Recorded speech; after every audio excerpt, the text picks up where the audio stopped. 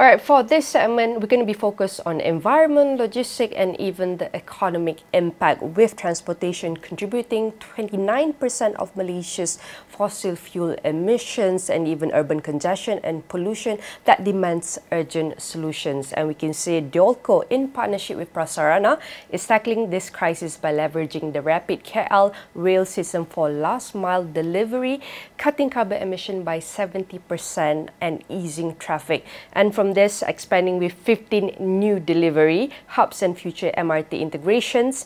This initiative drives Malaysia towards its 2050 net zero goals while setting a new standard for sustainable logistics. And join us in the studio is Onno Pfeiffer, the co-founder and COO of Diolko, and Ashok Panchalingam, acting Chief Executive Officer, Prasarana Integrated Development Sedabarhat Pride, who will be helping us unveil how this pioneering partnership in reshaping urban mobility and green commerce. And for that, I want to say thank you very much for joining us. How are you?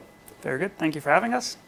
Ashok? Cheers. Okay. Very good. Yeah, very good. And for this conversation, we're going to be focusing on unveil how this pioneering partnership is reshaping urban mobility and even green commerce.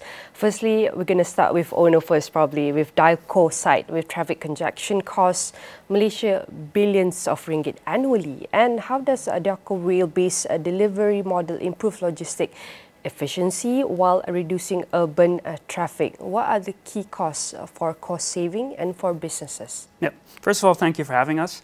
You're absolutely right. There was a study done by Prasarana in 2020 where they looked at the impact of congestion, and it amounts to roughly 20 billion ringgit. That was in 2020, and it's only increasing every year. So you can imagine that today it's even higher. What we do at Diolko, we aim to pioneer sustainable last mile delivery by leveraging underutilized city infrastructure such as public transport, so the LRT network in this case, and electrical vehicle technology. So what does it actually mean if somebody orders something online in any web shop? We pick up the goods from the warehouse with electrical vehicles, we bring it to the train station, we then bring it as close as possible to the final recipient, and then do the final piece with electrical vehicle again. So it's really a green, fully electric delivery service, which is new and has not done. It's first in the region. And what this helps is it reduces both the carbon emissions. So we started our pilot in July last year, so 2024, and we already achieved 70% carbon emission savings. So that's direct savings in terms of the environment, but also more importantly, there's indirect savings, because instead of taking the road transport, we're actually using the public transport network to move traffic from the roads onto the public transport. And effectively reducing traffic congestion, which impacts everybody in their daily life, in their daily commute, and impacts businesses from a commercial point of view as well.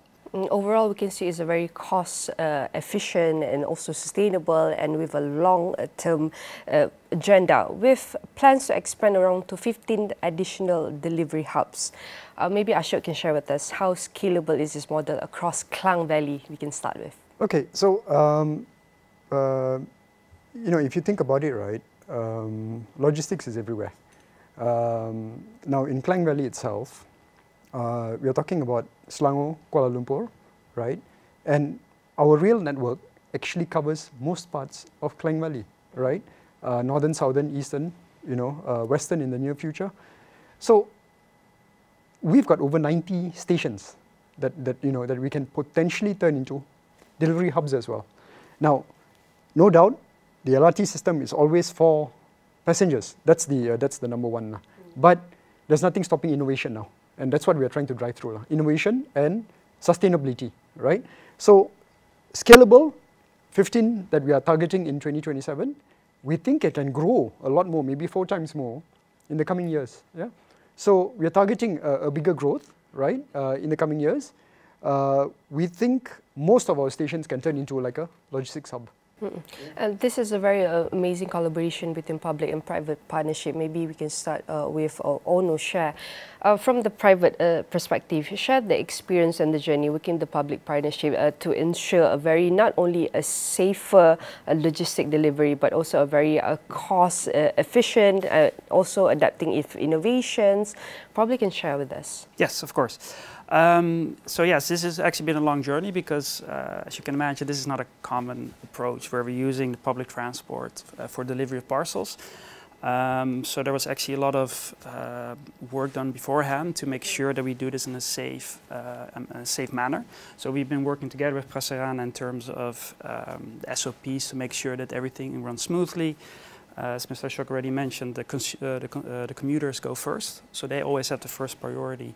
And what we do is actually leverage any excess capacity that is available there. So for example, it wouldn't be during peak hours because that's the first priority is the commuters. What we're looking at is really the after hours during the evening to nights where there's a lot of capacity that we can repurpose for delivery of parcels. Similarly, we've worked together with APAD, so the regulator, to make sure that the way we do it is done in a safe manner.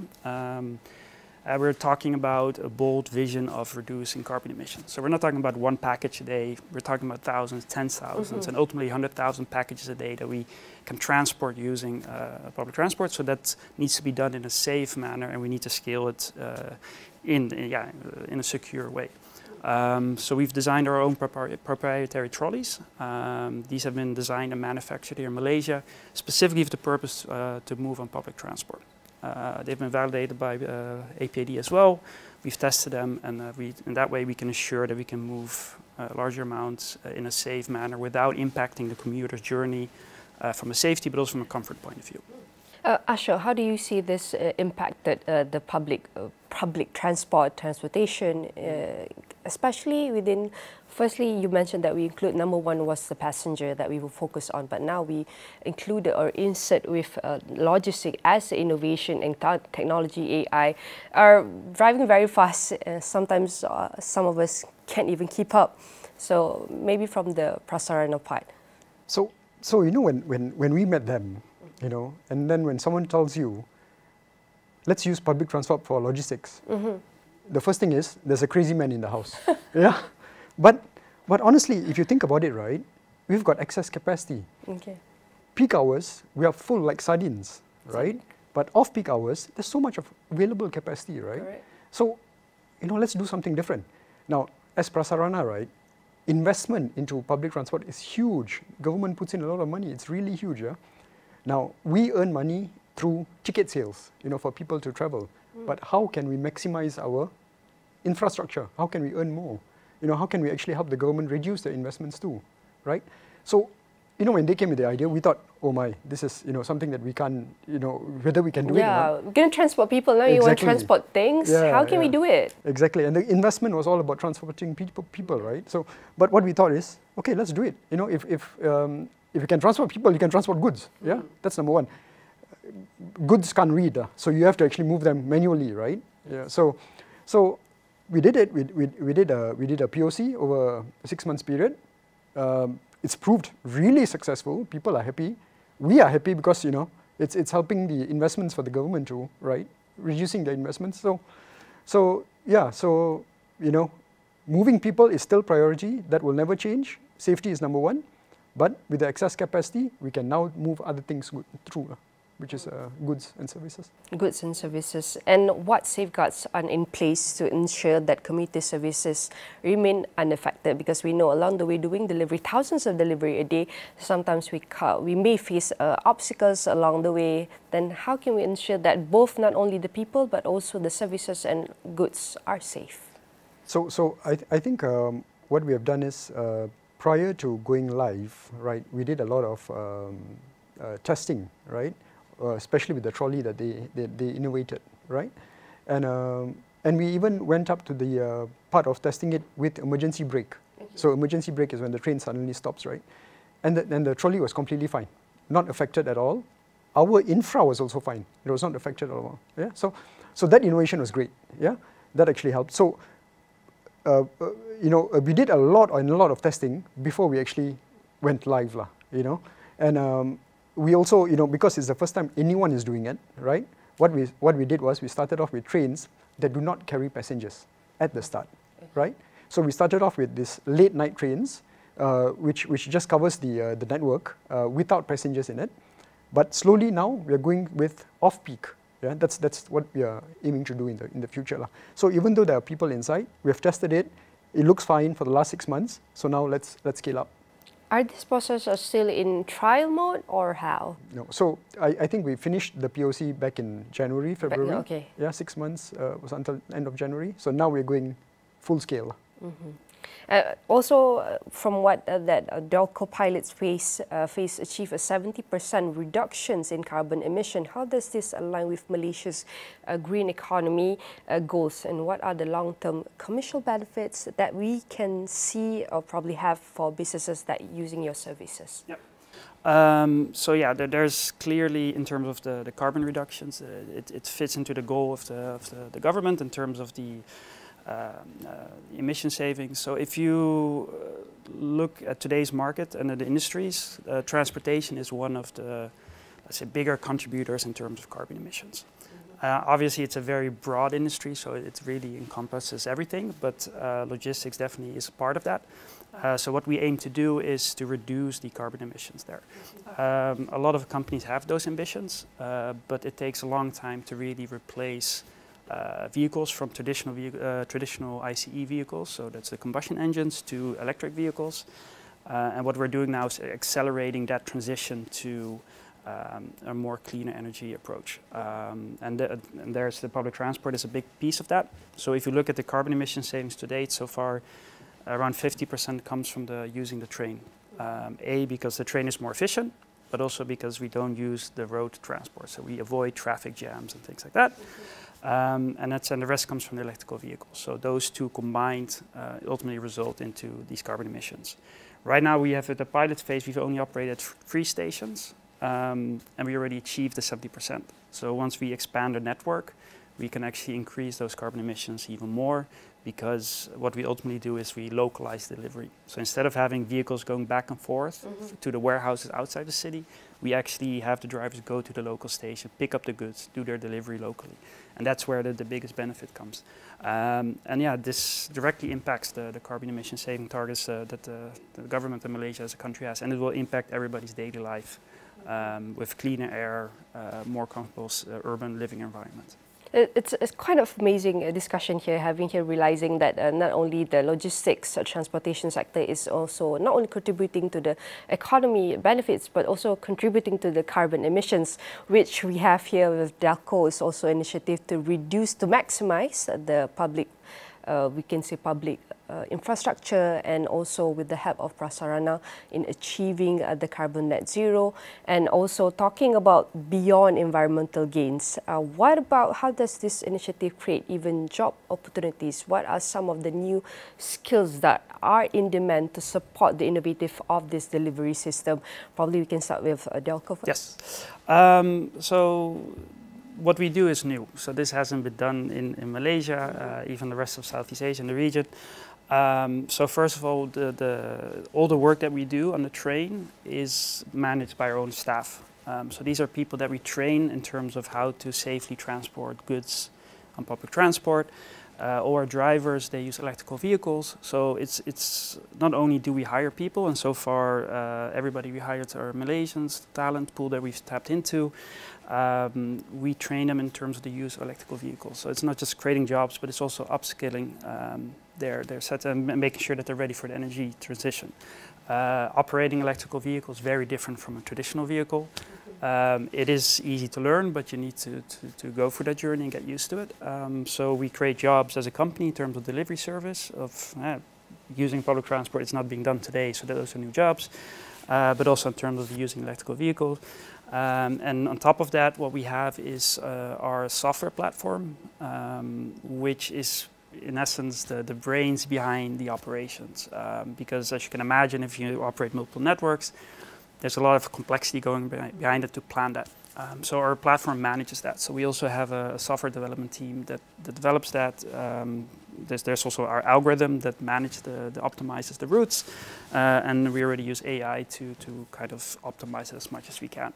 So those are also jobs ranging from a development point of view. So we both have warehousing staff, we have riders, drivers, and software development. So it's a wide range of jobs that are coming out of initiative of this, and it's all future ready for once more and more companies are transitioning towards the future. And yeah, so far all our staff, they also like to work on something that's green transition. It's new, it's something exciting. New, right? Very exciting. And you're contributing to a better kind of living environment. So it is something different from a typical job. And we are ready for it. How about from the Prasarana side? Because we want to take a look at the readiness of the industry, because this is quite something new, one of the first in Southeast Asia even.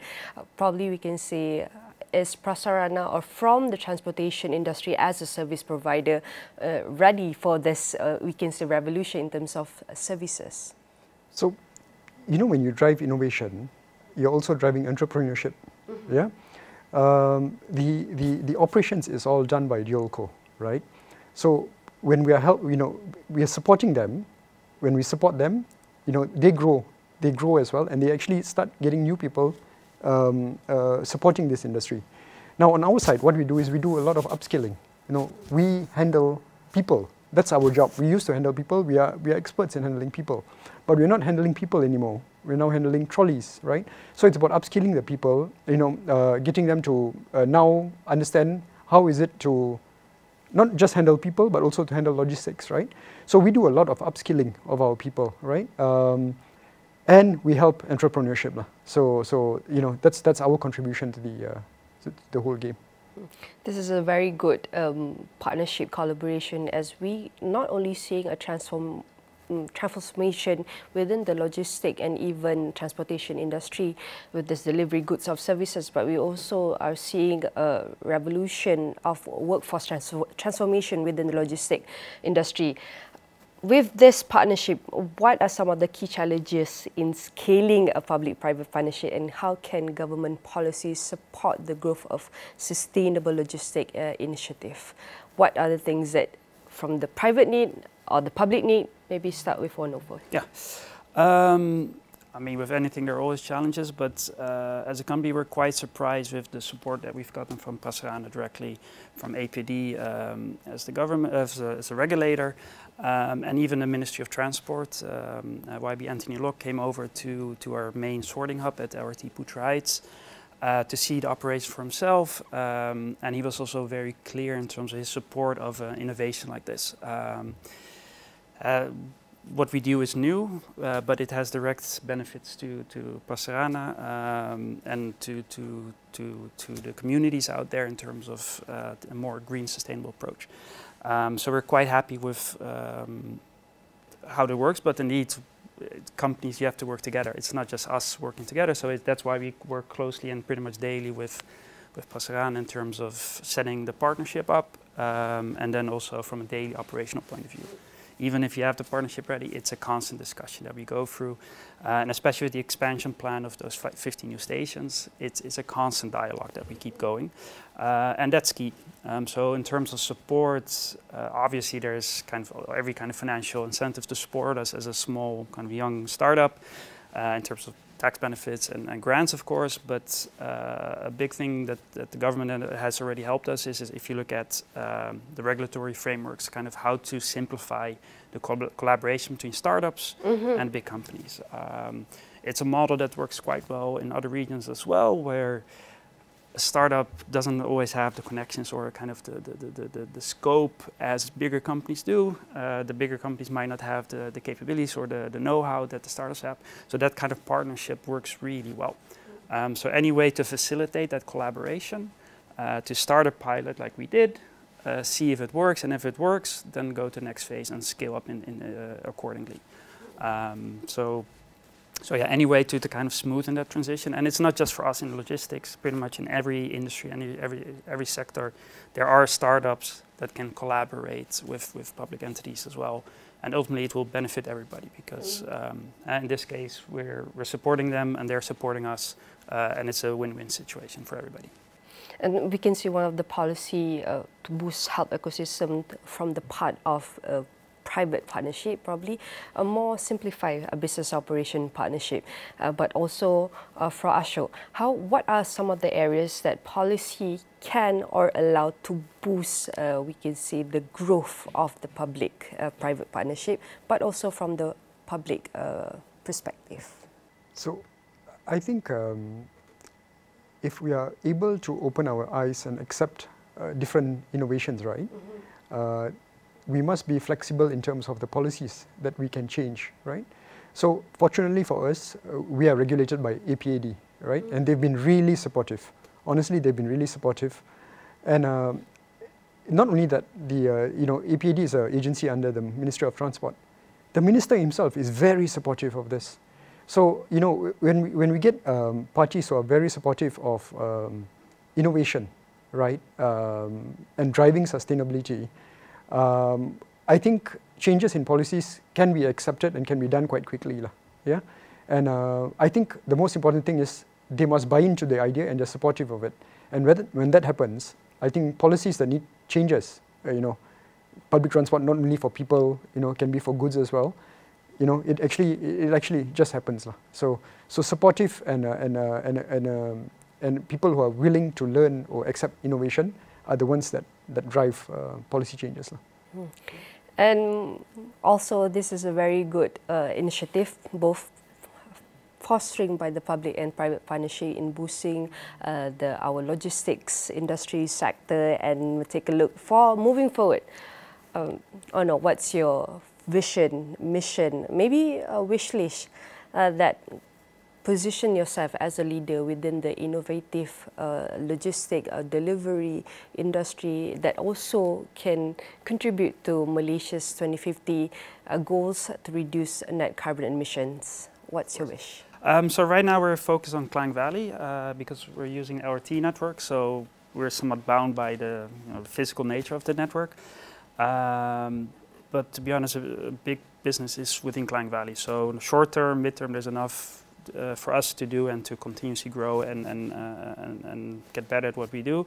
But ultimately, we're looking at the whole of Malaysia. So really connecting also the larger cities, because what we're looking at is leveraging on the city infrastructure that's not being fully utilized. So one big part is public transport, but it could also be real estate for storage or other things. So even cities that don't have an extensive network like Kuala Lumpur, other cities we could still operate, leverage electrical vehicle technology and city infrastructure that's already there. So our vision is to deploy this model, first expand Klang Valley and then go to the rest of Malaysia. Long term, what we want for Malaysia to become a thought leader in this area in terms of sustainable last mile delivery. So if you also look beyond Malaysia, once we do it well here, that we become the experts and deploy the solution in other markets as well in the region. And then especially like a company like Prasarana can also play an active role in training and guiding other public transport operators to do the same.